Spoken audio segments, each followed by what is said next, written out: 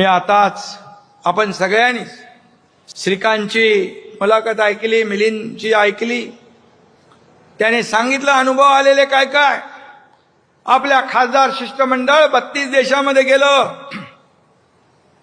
खऱ्या अर्थाने या शिष्टमंडळांनी काय केलं, भारताची भूमिका जगाला पटवून दिली.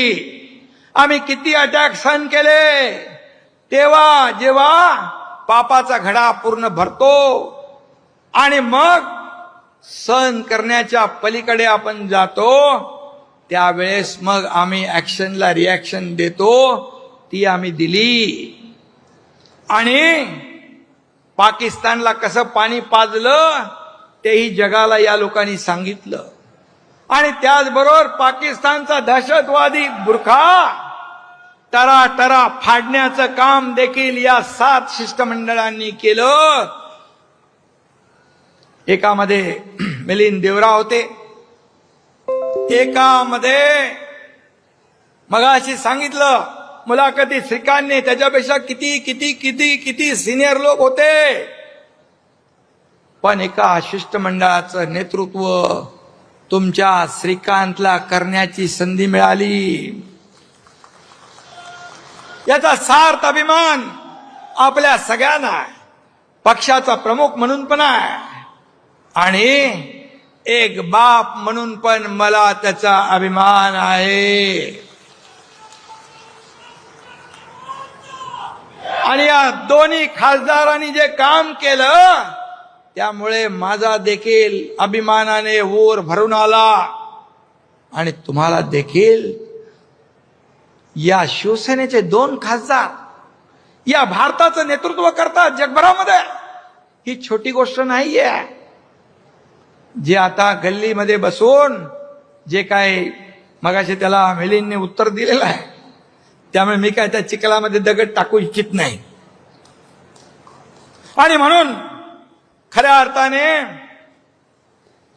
मोदीजींनी श्रीकांतला देखील शाबासकी दिली, त्याच्या पाठीवर कौतुकाची थाप मारली.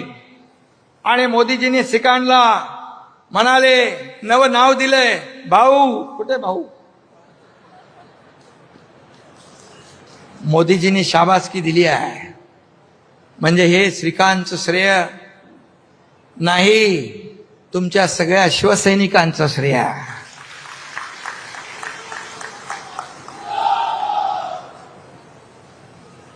आणि म्हणून हे 2 खासदार आपले या भारताचं नेतृत्व जगभरामध्ये करण्याची संधी मोदीजींनी दिली.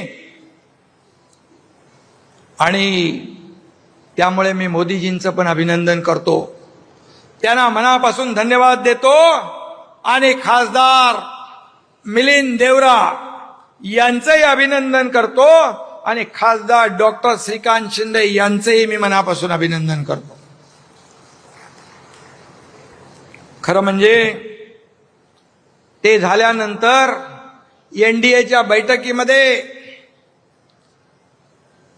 ऑपरेशन सिंदूर, भारतीय लष्कराचा आणि प्रधानमंत्री मोदीजींचा अभिनंदनाचा ठराव मांडण्याची संधी तुमच्या एकनाथ शिंदेला दिली.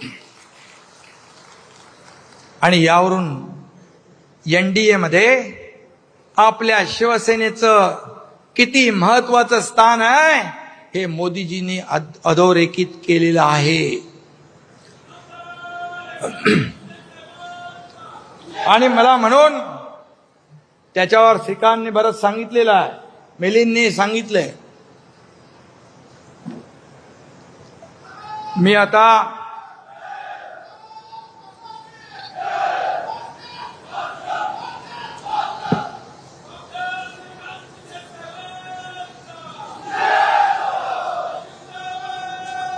श्रीकांत शिंदे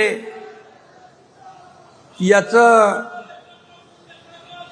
शिष्टमंडळामध्ये गेल्यानंतर एक नवं रूप देखील आपल्या सगळ्यांना पाहायला मिळालं.